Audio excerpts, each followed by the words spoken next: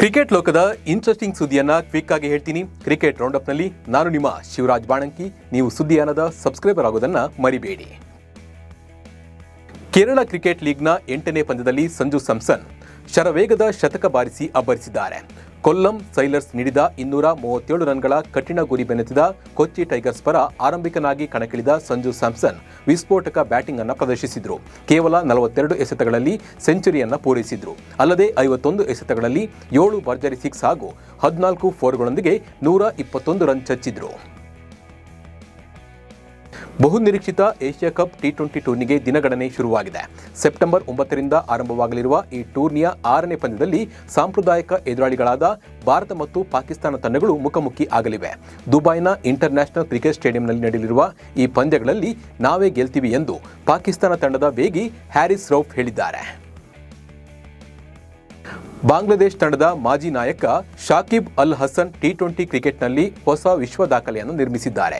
Caribbean premier ಲೀಗ್ನಲ್ಲಿ Antigua ಪರ ಕಣಕ್ಕಿಳಿತಿರುವ ಶಾಕಿಬ್ ಅಲ್ Hasan Saint kits and ನೇವಿಸ್ ವಿರುದ್ಧದ ಪಂದ್ಯದಲ್ಲಿ 2 ಓವರ್ಗಳಲ್ಲಿ 11 ರನ್ ನೀಡಿ 3 ವಿಕೆಟ್ ಕಬಳಿಸಿದ್ದಾರೆ. ಇದರೊಂದಿಗೆ ಟಿ20 ಕ್ರಿಕೆಟ್ ಇತಿಹಾಸದಲ್ಲೇ 500 ವಿಕೆಟ್ಗಳ ಸಾಧನೆ ಮಾಡಿದ ಬಾಂಗ್ಲಾದೇಶದ ಮೊದಲ ಬೌಲರ್ ಹಾಗೂ ವಿಶ್ವದ 5ನೇ ಆಟಗಾರ ಎನಿಸಿಕೊಂಡಿದ್ದಾರೆ.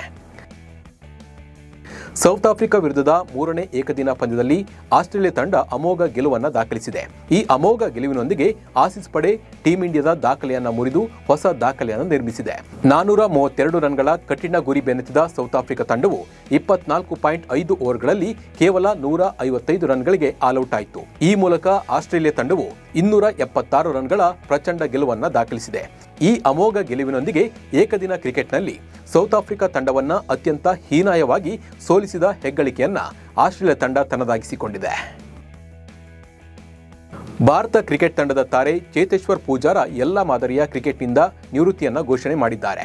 ಭಾರತ ತಂಡದ ಜೆರ್ಸಿ ಧರಿಸಿ ರಾಷ್ಟ್ರಗೀತೆ ಹಾಡುತ್ತಾ ಪ್ರತಿ ಬಾರಿ ಮೈದಾನಕ್ಕೆ ಕಾಲಿಟ್ಟಾಗಲೂ ನನ್ನ ಶಕ್ತಿ ಮೀರಿ ಪ್ರಯತ್ನವನ್ನ ಮಾಡ್ತಾ ಇದ್ದೆ.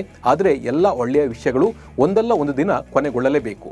ಹೀಗಾಗಿ ಅಪಾರ ಕೃತಜ್ಞತೆಯಿಂದ ನಾನು ಎಲ್ಲ ರೀತಿಯ ಭಾರತೀಯ ಕ್ರಿಕೆಟ್ ಮಾದರಿಗಳಿಂದಲೂ ನಿವೃತ್ತಿ ಹೊಂದುತ್ತಿದ್ದೇನೆ ಅಂತ ಅವರು ತಿಳಿಸಿದ್ದಾರೆ. ದುಲೀಪ್ ಟ್ರೋಫಿಯ ಪಶ್ಚಿಮ ವಲಯದ ನಾಯಕತ್ವದ ಆಫರ್ ಅನ್ನು ಶ್ರೇಯಸ್ ಅಯ್ಯರ್ ತಿರಸ್ಕರಿಸಿದ ಕಾರಣಕ್ಕೆ ಆಲ್ರೌಂಡರ್ ಶಾರ್ದೂಲ್ ಠಾಕೂರ್ ಅವರಿಗೆ ನಾಯಕತ್ವದ ಹೊಣೆಯನ್ನ ವಹಿಸಲಾಗಿದೆ ಅಂತ ಹೇಳಿ ವರದಿಯಾಗಿದೆ. ನಾಯಕತ್ವದ ಪ್ರಸ್ತಾಪವನ್ನ ಅಯ್ಯರ್ ತಿರಸ್ಕರಿಸಿದ ನಂತರ ಆಯ್ಕೆದಾರರು ಆಗಿರುವ ಸಂಜಯ್ ಪಾಟೀಲ್ ಶಾರ್ದೂಲ್ ಠಾಕೂರ್ ಅವರನ್ನ ಸಂಪರ್ಕಿಸಿದ್ರಂತೆ. ಆ ಅವಕಾಶವನ್ನ ಠಾಕೂರ್ ಸಂತೋಷದಿಂದ ಸ್ವೀಕರಿಸಿದ್ರು ಎಂದು ಈಗ ವರದಿಯಾಗಿದೆ. ಬಿಸಿಸಿಐ ಮಾಜಿ ಅಧ್ಯಕ್ಷ ಹಾಗೂ ಭಾರತ ತಂಡದ ಮಾಜಿ ನಾಯಕ ಸೌರವ್ ಗಂಗೂಲಿ 2026ರ ಋತುವಿನ ಮುಂಚಿತವಾಗಿ SA-20 ತಂಡದ ಪಿಟೋರಿಯಾ ಕ್ಯಾಪಿಟಲ್ಸ್ನ ಮುಖ್ಯ ಕೋಚ್ ಆಗಿ ನೇಮಕಗೊಂಡಿದ್ದಾರೆ. IPLನಲ್ಲಿ ಡೆಲ್ಲಿ ತಂಡದ ಮೆಂಟರ್ ಆಗಿ ಕಾರ್ಯನಿರ್ವಹಿಸಿದ ಗಂಗೂಲಿ ತಂಡವೊಂದರ ಮುಖ್ಯ ಕೋಚ್ ಆಗಿ ಆಯ್ಕೆಯಾಗಿರುವುದು ಇದೇ ಮೊದಲು. ಸೆಪ್ಟೆಂಬರ್ 14ರಂದು ಭಾರತ ಮತ್ತು ಪಾಕಿಸ್ತಾನ ತಂಡಗಳು ಮುಖಾಮುಖಿ ಆಗಲಿದ್ದು, ಇದರ ನಡುವೆ ಪಾಕಿಸ್ತಾನ ಕ್ರಿಕೆಟ್ ಮಂಡಳಿಯ ಮುಖ್ಯಸ್ಥ ಇಲ್ಲಸಲ್ಲದ ಹೇಳಿಕೆಯನ್ನು ನೀಡಿದ್ದಾರೆ. ಬಿಸಿಸಿಐ ಒಂದು ಶಕ್ತಿಶಾಲಿ ಸಂಸ್ಥೆಯಾಗಿದ್ದರೂ ಸಹ PCB ಎಂದಿಗೂ ಅವರ ಮುಂದೆ ತಲೆಬಾಗುವುದಿಲ್ಲ. ಮಾತುಕತೆ ನಡೆದಾಗಲೆಲ್ಲ ಅದು ಭಾರತದೊಂದಿಗೆ ಸಮಾನ ನೆರೆಯಲ್ಲೇ ನಡೆದಿದೆ. ಹೀಗಾಗಿ ನಾವು ಇನ್ನು ಮುಂದೆ ಮಾತುಕತೆಯಲ್ಲಿ ಪಾಕಿಸ್ತಾನ ಭಿಕ್ಷೆ ಬೇಡಲ್ಲ ಎಂದಿದ್ದಾರೆ. ಜಮ್ಮು ಕಾಶ್ಮೀರದ ಕ್ರಿಕೆಟಿಗ ಫರೀದ್ ಹುಸೇನ್ ರಸ್ತೆ ಅಪಘಾತದಲ್ಲಿ ಸಾವನ್ನಪ್ಪಿರುವ ವಿಡಿಯೋ ಈಗ ಸಖತ್ ವೈರಲ್ ಆಗ್ತಾ ಇದೆ.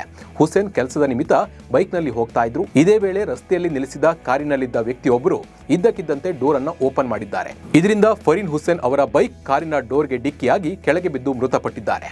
ಈಗ ಈ ವಿಡಿಯೋ ಸಖತ್ ವೈರಲ್ ಆಗ್ತಾ ಇದೆ. ಇವಿಷ್ಟು ಕ್ರಿಕೆಟ್ ಲೋಕದ ಇಂಟ್ರೆಸ್ಟಿಂಗ್ ಸುದ್ದಿಗಳು. ನಮಸ್ಕಾರ.